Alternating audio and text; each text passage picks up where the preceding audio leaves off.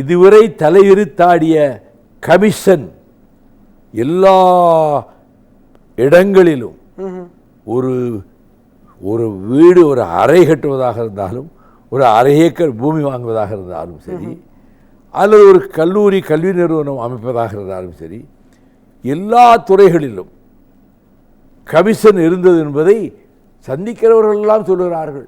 15 லட்சம் கொடுத்தோம், 1 கோடி கொடுத்தோம், 2 கோடி கொடுத்தோம், இப்போ 10 பைசா எங்கள்கிட்ட கேட்கல, நாங்களும் கொடுக்கல, ஆனால் எங்களுக்கு ஆர்டர்ஸ் உடனே வந்துருச்சு, லைசன்ஸ் உடனே வந்துருச்சு அப்படின்னு சொல்கிறாங்களே.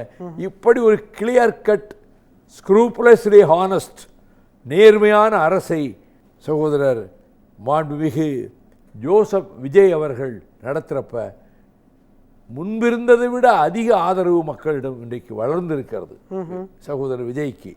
ஆக கண்கூடாக பார்த்த நேரில் பாதிக்கப்பட்டவர்கள் இப்போ நாங்கள் முந்தி பணம் கொடுத்து தான் ஒன்று வாங்க முடிஞ்சது, அதுக்கு பெர்சன்டேஜ் கமிஷன் அதுக்கு முன்பிருந்த ஆட்சியை விட 2 மடங்கு ஆயிடுச்சு. இப்போ ஒன்றுமே இல்லை, சைபர் கமிஷனுங்கிறதே சைபர்.